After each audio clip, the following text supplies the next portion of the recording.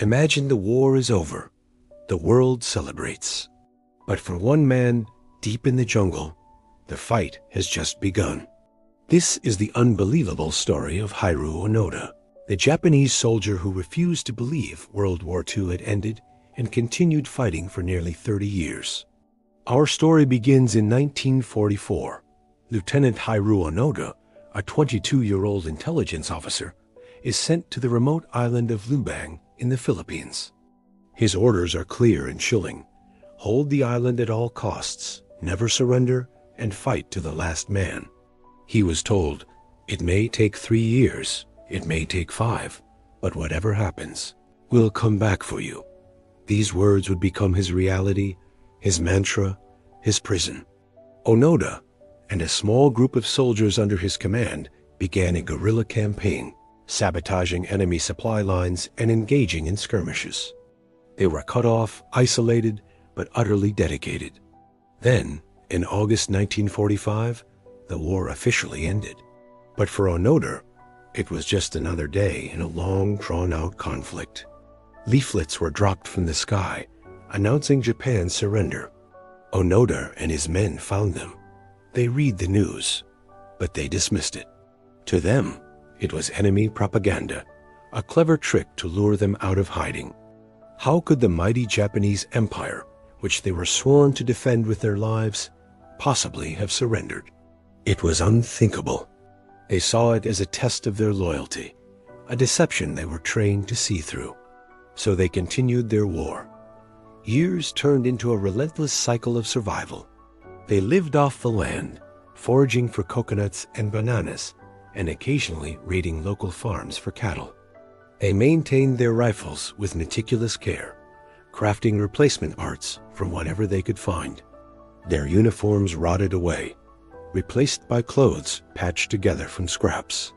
They were ghosts in the jungle, shadows that the local islanders feared. One by one, Onoda's companions fell. One surrendered in 1950. Another was killed in a clash with local police in 1954. By 1972, after a final tragic firefight, Onoda was completely alone.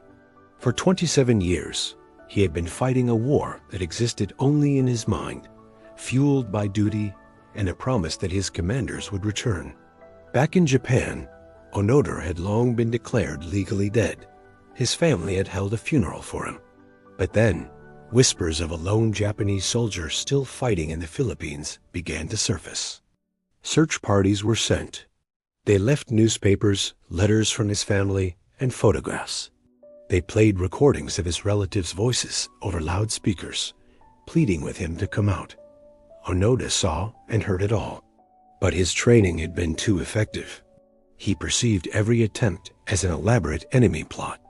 He analyzed the newspapers for hidden codes. He believed the family photos were fakes. He thought the voices were clever impersonations. He was a master of intelligence, and his mind, sharpened by decades of paranoia and isolation, saw deception everywhere. He had to survive. He had to keep fighting. That was his mission. The world had changed completely. Man had walked on the moon. The Cold War had risen and fallen. Japan had transformed into a global economic powerhouse. But in Onoda's jungle, it was still 1944. He was still a soldier of the emperor, awaiting orders. The turning point came in 1974, almost 29 years after the war's end. A young Japanese adventurer and student named Norio Suzuki set out on a personal quest. His life goal? To find Lieutenant Onoda, a panda, and the abominable snowman in that order. Incredibly, he succeeded with the first. Suzuki traveled to Lubang, pitched a tent, and simply waited, calling out Onoda's name. One day, the ghost of the jungle appeared. Haru Onoda, now a weathered man of 52, confronted the young student. It was a tense encounter. Onoda was still on high alert, ready to fight.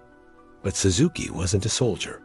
He was a civilian, a young man from a Japan that Onoda couldn't even imagine.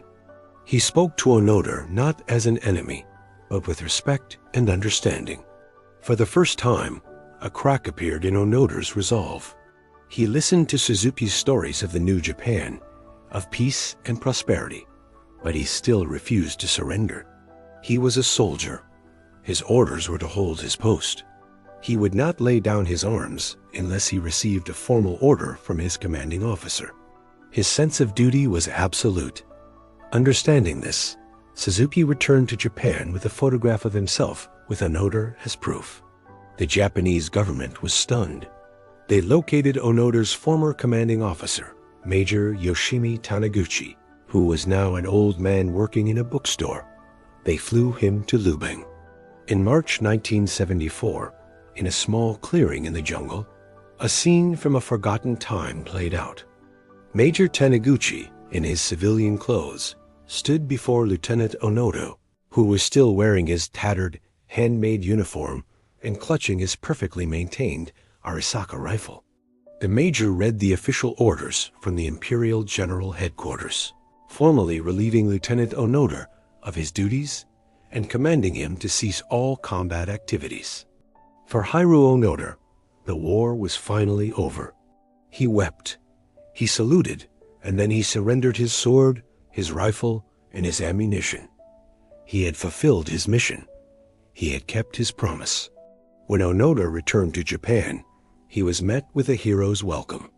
But he was a man out of time, a living relic from a bygone era. The modern, bustling Japan was a foreign country to him. He struggled to adapt to the changes, disillusioned by what he saw as a loss of traditional Japanese values. He eventually moved to Brazil to become a cattle rancher, finding a sense of peace in the wide open spaces that the jungle had denied him for so long. Haru Onoda's story is a powerful, and at times tragic, testament to the human capacity for loyalty, endurance, and conviction. It has a profound story about the nature of duty and the invisible wars that can rage within the human mind long after the guns have fallen silent.